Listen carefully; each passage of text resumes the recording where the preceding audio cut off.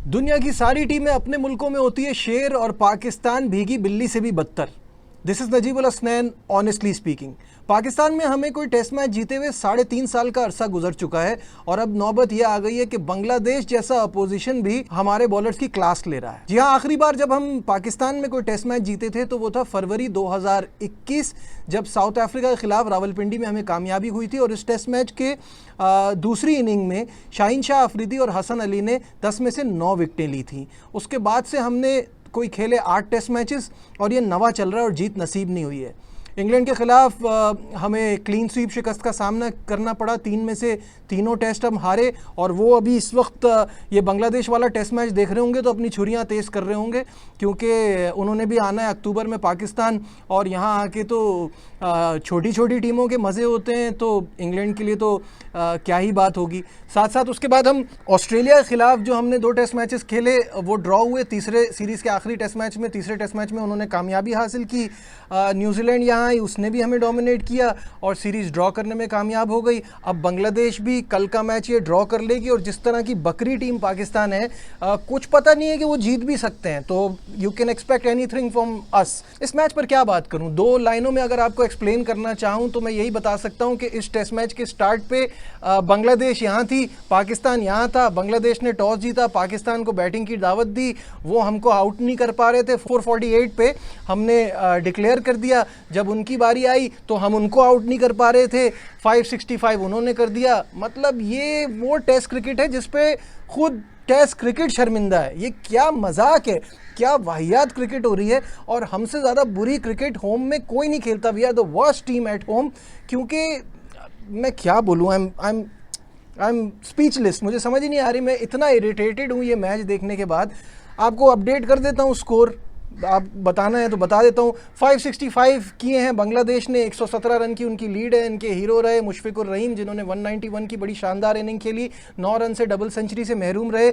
लेकिन क्या कमाल परफॉर्मेंस थी, ये उनकी वजह से बांग्लादेश ने टेस्ट क्रिकेट में पाकिस्तान के खिलाफ सबसे बड़ा स्कोर किया है। और उनकी वजह से अब Bangladesh is in full control in this game.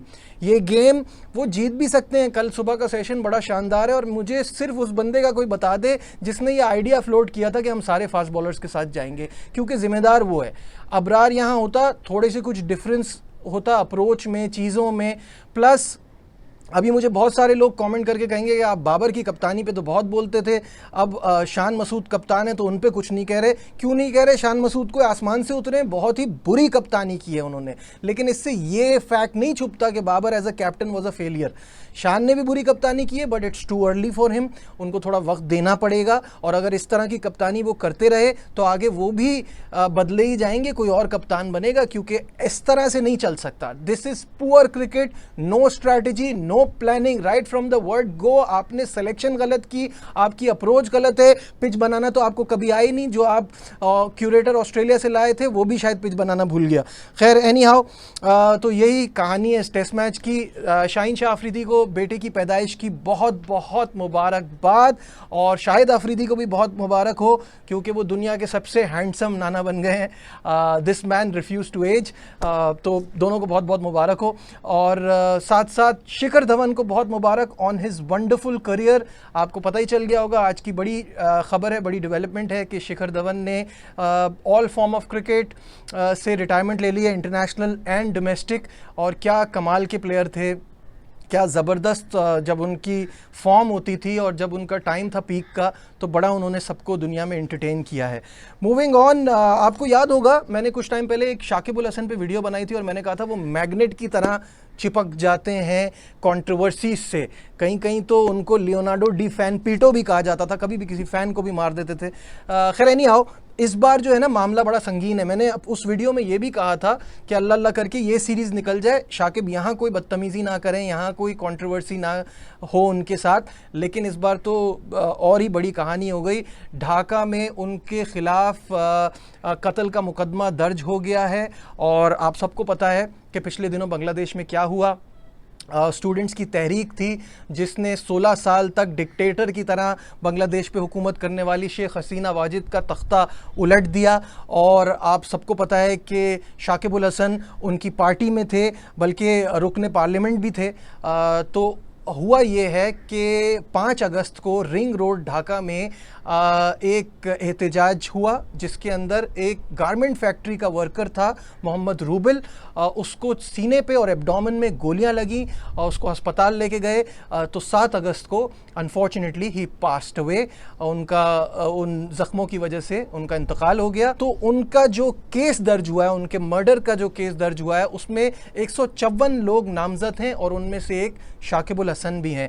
और एक वकील ने बांग्लादेश क्रिकेट बोर्ड को एक लीगल नोटिस भी भेजा है जिसमें उन्होंने कहा है कि शाकिब को फ़ौरन टीम से निकालिए और उनको वापस बांग्लादेश भेजिए ताकि ये तफ्तीश और तहकीकात पूरी हो सके।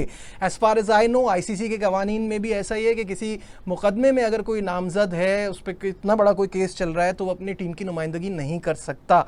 तो अब देखना ये है कि क्या वो वापस जाते हैं या वो कहीं और निकल जाते हैं, होता क्या है आगे, वो तो आने वाला वक्त ही बताएगा। है बड़ी चीज़, बड़ी डेवलपमेंट है।